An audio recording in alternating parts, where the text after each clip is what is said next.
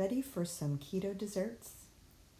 If you love pumpkin pie, you are going to love my crustless keto pumpkin custard.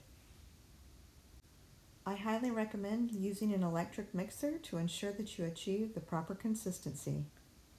This will be a traditional wet ingredient, dry ingredient mixture. And we're going to start with a 29-ounce can of 100% pumpkin puree. This is not pumpkin pie mix or pumpkin pie filling. Make sure to flip it over, check that ingredient list. You're looking for 100% pumpkin puree. To that, we will add 1 cup of heavy whipping cream, 4 large eggs, and 2 additional egg yolks, and 2 teaspoons of a really good vanilla extract. And you know how easy this is?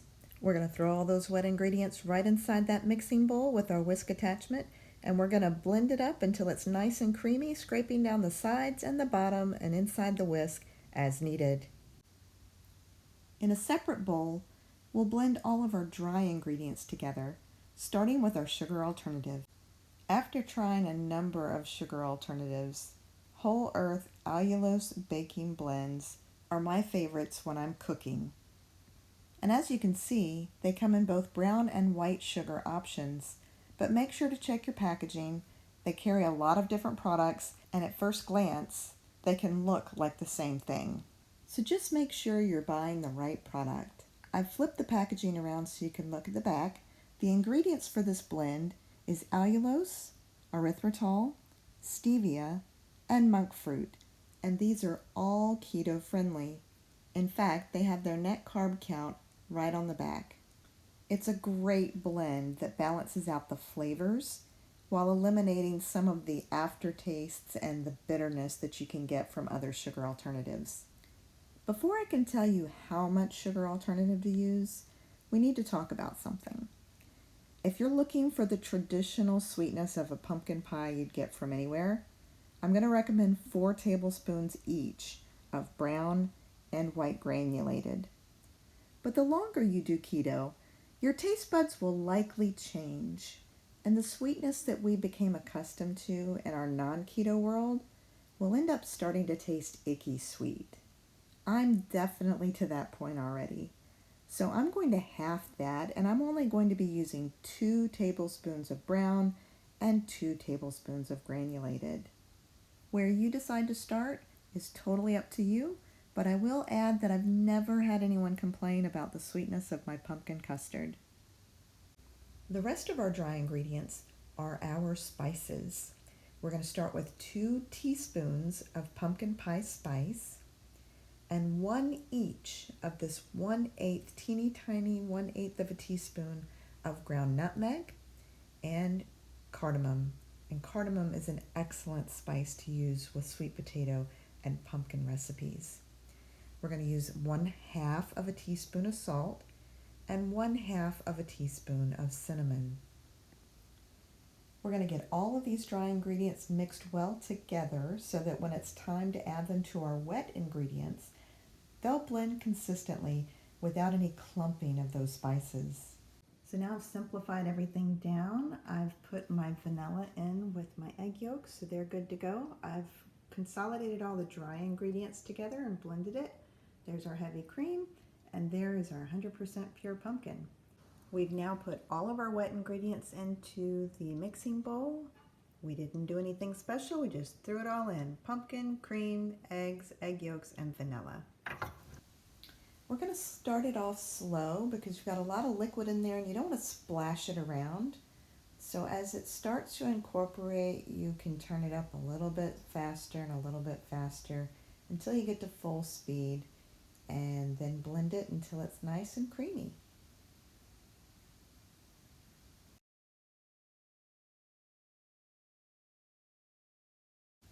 I've now scraped down the sides. I've gotten up underneath the whisk and scraped and kind of stirred around the bottom.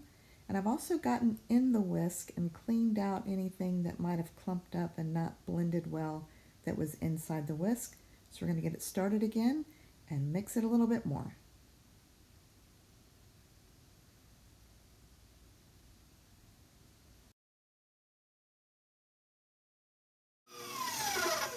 I'm going to turn it on just low, and I'm going to start adding my dry ingredients to it.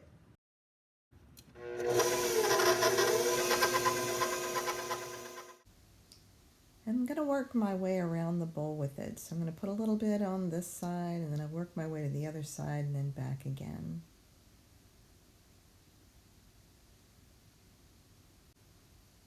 Now that I've got all the dry ingredients in, I'm going to start turning up the speed to get a good mix. It's time to scrape the sides and the bottom again, and then start it back just briefly to make sure everything that we scraped gets incorporated as well.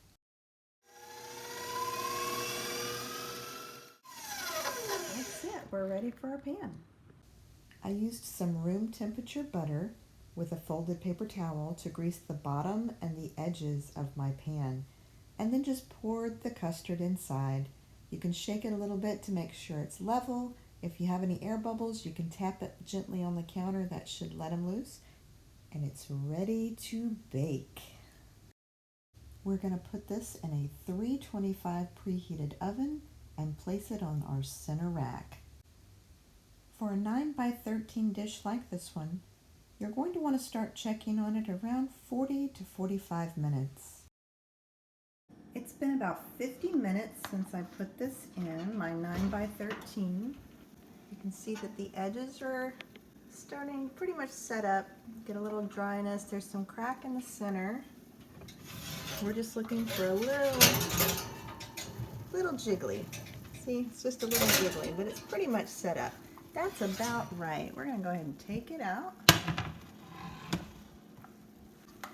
Here it's sizzling. That is some yumminess right there.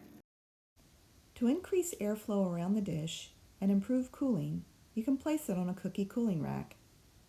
Then make sure that your custard has cooled completely to room temperature before you cover it and put it in the refrigerator to chill overnight and fully set up.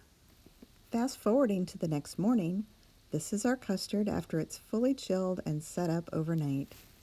I don't typically slice my custard, but I'm going to now so you can see just how beautifully it cuts. If you think you'll be eating the custard quickly, there's nothing wrong with slicing it and keeping it in the refrigerator. At my house, this is a very popular recipe, and it can go pretty darn fast. So I typically bake it in a double batch. That's a lot of custard, so I pre-portion it and freeze it.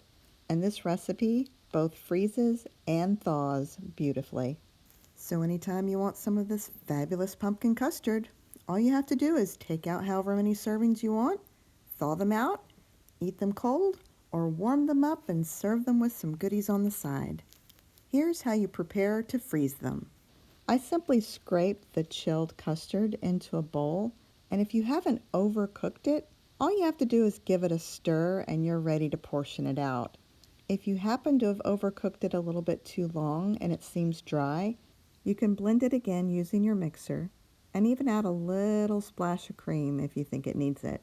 I use the number 20 muffin batter scoop, which equals approximately 1/4 cup, and I place them on parchment paper lined cookie sheets. Once you're done, place the cookie sheet in the freezer until the pumpkin custard is completely frozen. Then you can transfer the custard to a Tupperware container or a Ziploc bag for easier storage. And I use that same parchment paper to line my Tupperware or my Ziploc bag and cover up the pumpkin. This helps prevent frost from building up. This recipe typically makes 24 to 30 servings. This time around it made 28. I know what you're thinking. I only saw 18.